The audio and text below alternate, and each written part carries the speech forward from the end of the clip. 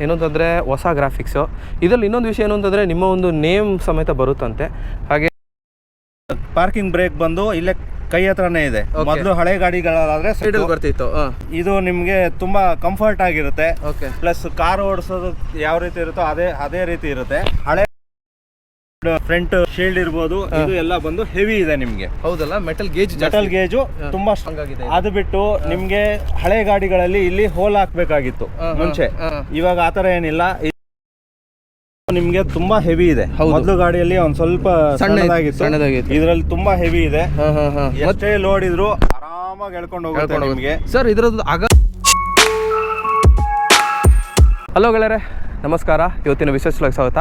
ಇವತ್ತಿನ ಬ್ಲಾಗ್ ಏನು ಅಂತೇಳಿ ನೀವು ತಮ್ಮನೇ ನೋಡಿ ತಿಳ್ಕೊಂಡಿದ್ದೀರಾ.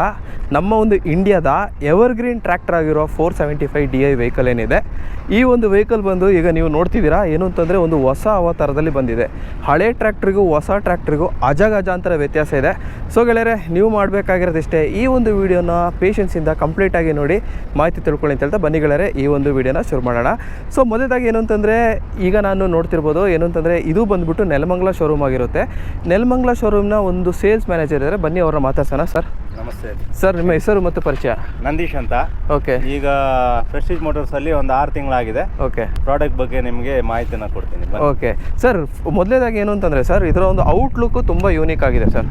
ಏನು ಅಂತಂದರೆ ಸಖತ್ತು ಫ್ಯಾನ್ಸಿ, ಯಾವ ಒಂದು ಎಕ್ಸ್ಪೆನ್ಸಿವ್ ಟ್ರ್ಯಾಕ್ಟ್ರಿಗೂ ಕಮ್ಮಿ ಇಲ್ಲ, ಈವನ್ ನಮ್ಮ ಒಂದು ದೇಸಿ ಟ್ರ್ಯಾಕ್ಟರ್.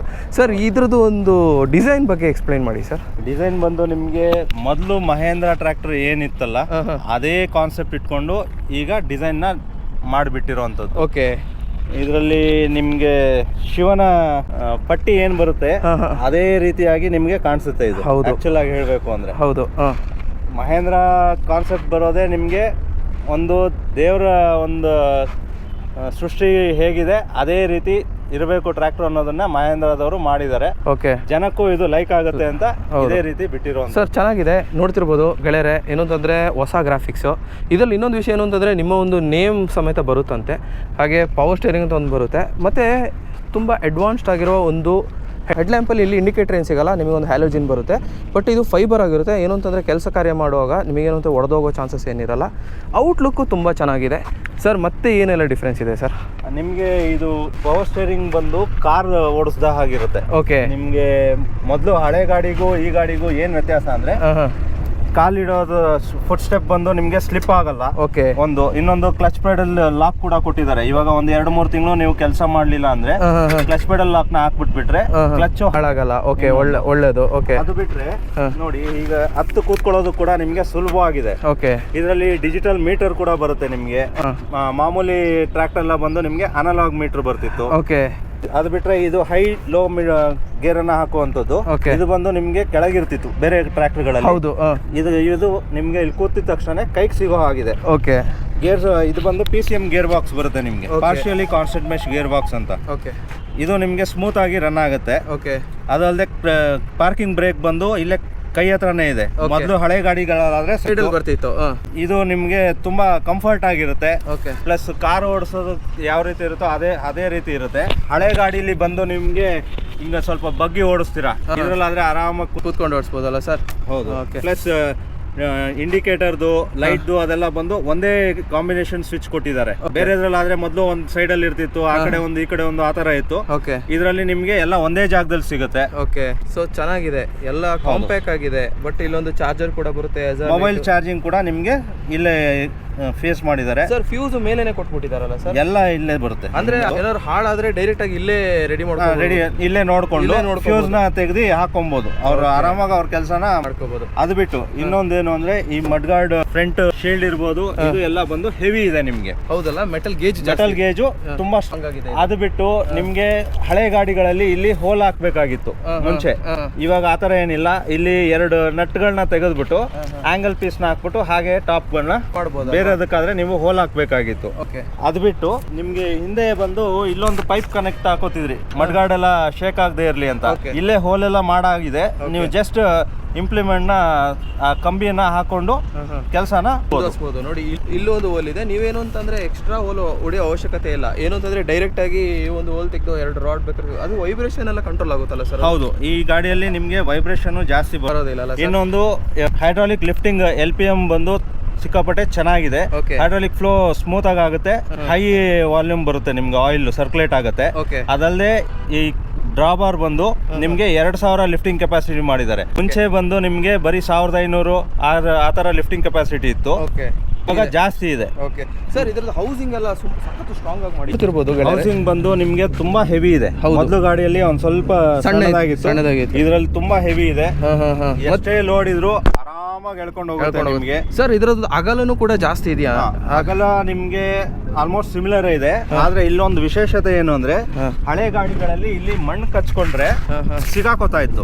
ಇಲ್ಲಿ ಗ್ಯಾಪ್ ಜಾಸ್ತಿ ಕೊಟ್ಟಿದೆ, ಸೊ ಮಣ್ಣು ನಿಮ್ಗೆ ಹೊರಗೋಗುತ್ತೆ. ಅದು ಅಲ್ಲದೆ ಇಲ್ಲಿ ಸೈಡ್ ಕೂಡ ಒಳಗಡೆನೂ ಗ್ಯಾಪ್ ಇದೆ, ಸೊ ಇಲ್ಲಿ ಮಣ್ಣು ಕೂತ್ಕೊಳ್ಳಲ್ಲ ನಿಮ್ಗೆ, ಆರಾಮಾಗಿ ಎಲ್ಲ ಎಕ್ಸಿಟ್ ಆಗ್ಬಿಡುತ್ತೆ. ಅದಲ್ಲದೆ ಈ ಗಾಡಿಗೆ ಬೇಕು ಅಂದ್ರೆ ನೀವು 14 ಸೈಜ್ ಟೈರ್ ನ ಕೂಡ ಹಾಕೊಬಹುದು. ಯಾಕೆಂದ್ರೆ ಇದು ನಟ್ ಎಲ್ಲ ಸ್ವಲ್ಪ ಉದ್ದ ಕೊಟ್ಟಿದ್ದಾರೆ.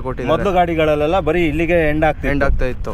ಓಕೆ, ಸೊ ಇದು ಬಂದ್ಬಿಟ್ಟು 28 ಸೈಜ್ ಟೈರ್ ಅಲ್ವಾ ಸರ್? 13.6 ಬರುತ್ತೆ, ಅದ್ಬಿಟ್ಟು 14.9 ಹಾಕೋಬಹುದು. ಸರ್ ಇದರ ಇಂಜಿನ್ ಬಗ್ಗೆ ಹೇಳಿ ಸರ್. ಇಂಜಿನ್ ಬಂದು ELS ಇಂಜಿನ್ ಅಂತ ಹೇಳ್ತೀವಿ, ಎಕ್ಸ್ಟ್ರಾ ಲಾರ್ಜ್ ಸ್ಟ್ರೋಕ್ ಇಂಜಿನ್ ಅಂತ. ಇದಕ್ಕೆ ನಿಮ್ ಲೈಫ್ ಜಾಸ್ತಿ ಬರ್ಲಿ ಅಂತ ಈ ಇಂಜಿನ್ ನ ಮಾಡ್ಬಿಟ್ಟಿರುವಂತದ್ದು ಮಹೇಂದ್ರದಲ್ಲಿ. ಅದಲ್ಲದೆ ನಿಮ್ಗೆ ಇಂಟರ್ ಕೂಲಿಂಗ್ ಸಿಸ್ಟಮ್ ಅಂತ ಇದೆ. ಇಂಟರ್ ಕೂಲಿಂಗ್ ಸಿಸ್ಟಮ್ ಇದರಿಂದ ನಿಮ್ಗೆ ಏನ್ ಅಡ್ವಾಂಟೇಜ್ ಅಂದ್ರೆ ನೀವು 24 ಗಂಟೆ ಟ್ರ್ಯಾಕ್ಟರ್ ನ ಓಡಿಸಿದ್ರು ಕೂಡ ಇಂಜಿನ್ ಹೀಟ್ ಆಗೋದಿಲ್ಲ, ಆರಾಮಾಗಿ ನೀವು ಹೆಚ್ಚು ಸಮಯ ಕೆಲಸ ಮಾಡಬಹುದು.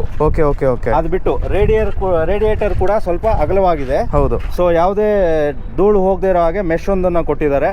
ಸೊ ಅದು ನಿಮ್ಗೆ ಇಂಜಿನ್ ನ ಕೂಲ್ ಆಗಿಡೋದಕ್ಕೆ ಸಹಾಯ ಮಾಡುತ್ತೆ. ಇನ್ನೊಂದು ಬ್ಯಾಟರಿ ಬಂದು ಫ್ರಂಟ್ ಅಲ್ಲಿ ಕೊಟ್ಟಿದ್ದಾರೆ, ಯಾರು ಕಳ್ತನ ಮಾಡೋದಕ್ಕೆ ಸಾಧ್ಯನೇ ಇಲ್ಲ, ಲಾಕ್ ಇದೆ. ಸೊ ಅದು ಒಂದು ಅಡ್ವಾಂಟೇಜ್ ಕಸ್ಟಮರ್ಗೆ. ಸರ್ ಈಗ ಹಳೆ ಟ್ರ್ಯಾಕ್ಟರ್ ಅಲ್ಲಿ ಇದು ಬೋನೆಟ್ ಬಿಚ್ಚೋತಿಗೆ ಸೈಲೆನ್ಸರ್ ತೆಗಿಬೇಕಿತ್ತು ಸರ್, ಇದರಲ್ಲೂ ತೆಗಿಬೇಕು. ಆದ್ರೆ ಏನು ಅಂದ್ರೆ ಫ್ರಂಟ್ ಬರುತ್ತೆ, ಇಲ್ಲಿ ನೋಡ್ಬೋದು ನೀವು. ಹಂಗೆ ಒಂದೇ ಕೈಲಿ ತೆಗಿಬಹುದು, ಈಸಿ ಇದೆ ಅಲ್ವಾ ಸರ್? ಇದೊಂದು ಓಪನ್ ಮಾಡಿದ್ವಿ, ಬಿಸಿ ಇರ್ಬೋದು ಸರ್. ಇಷ್ಟೇ, ಇದನ್ನ ತೆಗೆದ್ವಿ ಅಲ್ಲ, ಬರೀ ಈ ಒಂದು ಕ್ಲಿಕ್ ಅಲ್ಲಿ ಬಾನೆಟ್ ಓಪನ್ ಆಗುತ್ತೆ ಅಲ್ವಾ? ಇದು ಬಂದು ಹೊಸ ಇಂಜಿನ್. ಬೇರೆದ್ರಲ್ಲಾದ್ರೆ ಇಲ್ಲೊಂದು ತೆಗಿಬೇಕಾಗಿತ್ತು, ಆ ಕಡೆ ಇಲ್ಲಿ ಒಂದೇ ಒಂದು ಲಾಕ್ ನ ಹಿಂಗೆ ಎಳೆದ ತಕ್ಷಣ ಆರಾಮಾಗಿ ಓಪನ್ ಆಗುತ್ತೆ. ಸರ್ ಫ್ಯೂಲ್ ಟ್ಯಾಂಕ್ ಕೆಪಾಸಿಟಿ ಎಷ್ಟು ಸರ್? 50 litre capacity.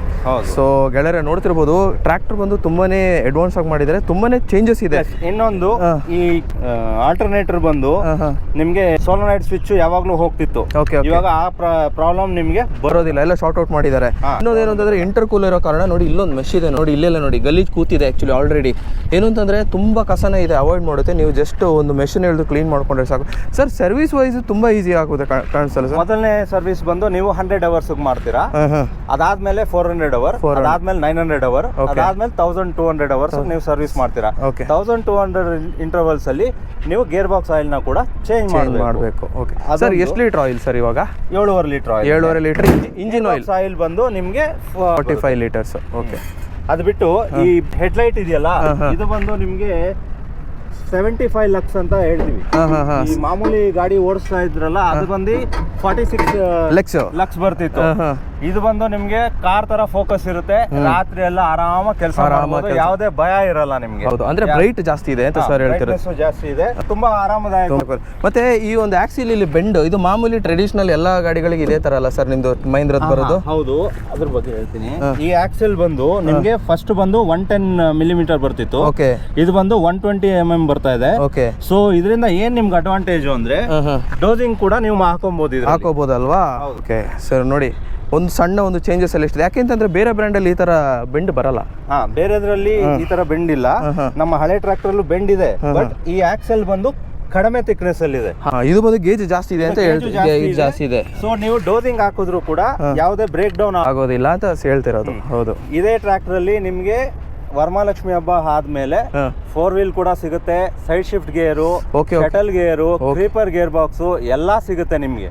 ಅಂದ್ರೆ ಒಂದು ಪ್ಯಾಕೇಜ್ ಅಲ್ಲಿ ಎಲ್ಲ ನಿಮ್ಗೆ ಎಲ್ಲ ಸಿಗೋ ರೀತಿ ಮಹೇಂದ್ರದವರು 5 ತಿಂಗಳಿಗೆ ಸಿಗುತ್ತೆ. ಸೊ ಸರ್, ಹಾಗಾದ್ರೆ ಇವಾಗ ಪರ್ಚೇಸ್ ಮಾಡ್ಬೋದಾ ಸರ್ ಇದನ್ನ? ಈ ಟ್ರ್ಯಾಕ್ಟರ್ ನ ನೀವು ಆರಾಮಾಗಿ ಇವಾಗ ಪರ್ಚೇಸ್ ಮಾಡಬಹುದು. ಹೌದು, ಅಂದ್ರೆ ನಿಮ್ಮ ಒಂದು ಅಪ್ಲಿಕೇಶನ್ ಇದಕ್ಕೆ ಸೂಟ್ ಆಗುತ್ತೆ ಅಂದ್ರೆ ನಿಮ್ಗೆ 4 ರೀತಿ ಬರ್ತವೆ. 575 MS, ಹಾಂ ಹಾಂ 575 DI, ಹಾಂ ಹಾಂ 585. 585. ಈ 4 ಮಾದರಿಯಲ್ಲೇ ನಿಮಗೆ 60 ಟೈಪ್ಸ್ ಇದೆ ಇದರಲ್ಲಿ. ಸರ್ ಈಗ ಇದು ಎಷ್ಟು HP ಸರ್ ಇದು? ಇದು ಬಂದು 42 HP. 475 ಅಲ್ಲೇ ನಿಮ್ಗೆ 2 ರೀತಿ ಇದೆ. ಒಂದು ನಾರ್ಮಲ್ ಇದೆ, ಇನ್ನೊಂದು ಪವರ್ ಸ್ಟೇರಿಂಗ್ ಇದೆ. ಈಗ ಜನರಲ್ ಆಗಿ ಯಾರು ನಾರ್ಮಲ್ ಸ್ಟೇರಿಂಗ್ ಬಳಸಲ್ಲ. ಹೌದು. ಆದ್ರೂ ಕಂಪ್ನಿಯವರು ಆಪ್ಷನ್ ಇಟ್ಟಿದ್ದಾರೆ.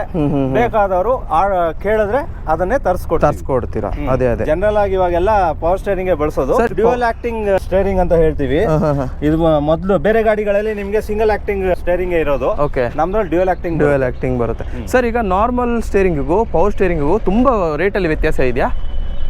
ಒಂದು 20-25,000 ತೀರಾ ಏನು ವ್ಯತ್ಯಾಸ ಬರೋದಿಲ್ಲ ನಿಮಗೆ. 25,000 ರೂಪಾಯಿ ಎಲ್ಲ ದೊಡ್ಡ ಮ್ಯಾಟ್ರ್ ಆಗಲ್ಲ. ತಗೊಳ್ಳೋತಿಗೆ ಕರೆಕ್ಟಾಗಿ ಗಾಡಿ ತಗೊಬಿಡ್ಬೇಕು. ಹೌದು ಸರ್. ಇನ್ನೂ ಏನಿದೆ ಸರ್? ಸರ್ ಇದ್ರ ವಾರಂಟಿ ಬಗ್ಗೆ ಹೇಳಿ ಸರ್. ವಾರಂಟಿ ಬಂದು ನಿಮಗೆ 6 ವರ್ಷ ಬರುತ್ತೆ. ಓಕೆ. ಇಂಜಿನ್ಗೆ ಮತ್ತೆ ಗೇರ್ ಬಾಕ್ಸ್ಗೆಲ್ಲ 2 ಇಯರ್ಸ್ ರೆಗ್ಯುಲರ್ ಇರುತ್ತೆ.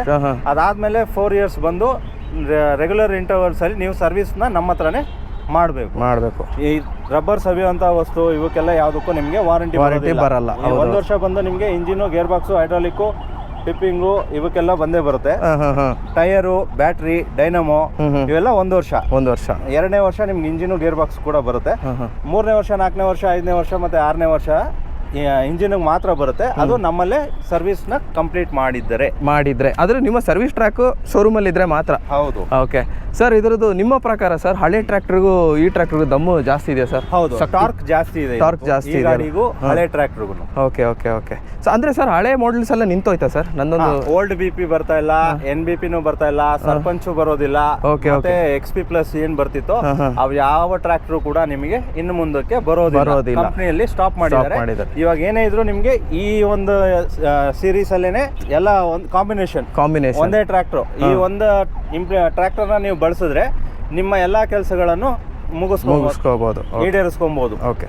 ಸೊ ನೋಡಿದ್ರೆ ಗೆಳೆಯರೆ, ಇದಿಷ್ಟು ಬಂದು ಈ ಒಂದು ವೆಹಿಕಲ್ ಮಾಹಿತಿ. ಹಾಗೆ ಸರ್ಗೆ ಥ್ಯಾಂಕ್ ಯು ಸರ್ ನಿಮ್ಮ ಒಂದು ಟೈಮ್ ಕೊಟ್ಟಿದ್ದಕ್ಕೆ. ಹಾಗೆಯೇ ಗೆಳೆಯರೆ, ಇನ್ನೊಂದು ಏನು ಅಂತಂದರೆ ಏನೇ ಎನ್ಕ್ವೈರಿ ಇದ್ರು ನಾನು ಕೆಳಗೆ ಡಿಸ್ಕ್ರಿಪ್ಷನಲ್ಲಿ ನಾನು ಸರ್ದು ಕಾಂಟ್ಯಾಕ್ಟ್ ನಂಬರ್ ಹಾಕಿರ್ತೀನಿ. ಖಂಡಿತವಾಗ್ಲೂ ನೀವು ಆಫೀಸ್ ಅವರ್ಸಲ್ಲಿ ಫೋನ್ ಮಾಡಿ ಮಾಹಿತಿ ತಿಳ್ಕೊಳ್ಳಿ ಅಂತ ಸರ್. Phone ಮಾಡ್ಬೋದಲ್ವಾ sir? ಧಾರಾಳವಾಗಿ ಮಾಡಿ. ನಿಮ್ಗೆ ಏನೇ ಮಾಹಿತಿ ಬೇಕಾದ್ರೂ ಕಾಲ್ ಮಾಡಿ, ನಾನು ಸದಾ ಸಿದ್ಧನಾಗಿರ್ತೇನೆ. ಸರ್ ಏನು ಅಂತಂದರೆ ಈ ಒಂದು ಟ್ರ್ಯಾಕ್ಟರ್ ಫೀಲ್ಡಲ್ಲಿ 23 ಇಯರ್ಸ್ ಪ್ಲಸ್ ಎಕ್ಸ್ಪೀರಿಯನ್ಸ್ ಇದೆ ಇವರಿಗೆ. ಟ್ರ್ಯಾಕ್ಟರ್ನ ಏನು ಅಂತಂದರೆ ಅರ್ಧ ಕುಡಿದು ಬಿಟ್ಟಿದ್ದಾರೆ, ಏನು ಮಿಕ್ಕಿ ಬಿಟ್ಟಿಲ್ಲ ಇವರು. ಸೊ ಏನು ಅಂತಂದರೆ ಏನೇ ಮಾಹಿತಿ ಇದ್ರು ಫೋನ್ ಮಾಡಿ ಕೇಳಿ, ಇವರು ನಿಮಗೆ ಸಹಾಯ ಮಾಡ್ತಾರೆ ಅಂತ ಹೇಳ್ತಾ. ಟ್ರ್ಯಾಕ್ಟರ್ ತಗೊಳ್ಳೋದು ಬಿಡೋದು ಸೆಕೆಂಡ್ರಿ, ನಿಮ್ಮ ಮಾಹಿತಿ ನಿಮಗೆ ಸಿಕ್ಕಿದ್ರೆ ನನಗೆ ಅದು ಖುಷಿ. ಹೌದು. ಸೊ ನೋಡಿದ್ರೆ ಗೆಳೆಯರೆ, ಇದಿಷ್ಟು ಬಂದು ಈ ಒಂದು ವಿಡಿಯೋನ ಮಾಹಿತಿ. ನನ್ನ ಒಂದು ವಿಡಿಯೋದಲ್ಲಿ ನಿಮಗೆ ಬೇಕಾದ ಮಾಹಿತಿ ಸಿಕ್ಕಿದೆ ಅಂತ ಅಂದ್ಕೊಂಡಿದ್ದೀನಿ. ಏನು ಅಂತಂದರೆ ಏನೇ ಆಫರ್ ಇದ್ದರೂ ಕೆಳಗೆ ಡಿಸ್ಕ್ರಿಪ್ಷನಲ್ಲಿ ನಂಬರ್ ಹಾಕಿರ್ತೀನಿ, ಕಾಲ್ ಮಾಡಿ ತಿಳ್ಕೊಳ್ಳಿ ಅಂತ ಹೇಳ್ತಾ ಮುಂದಿನ ವಿಡಿಯೋದಲ್ಲಿ ಭೇಟಿ ಗೆಳೆಯರೆ. ಥ್ಯಾಂಕ್ ಯು ಗೆಳೆಯರೆ. ಶುಭ ದಿನ. ಜೈ ಹಿಂದ್, ಜೈ ಕರ್ನಾಟಕ.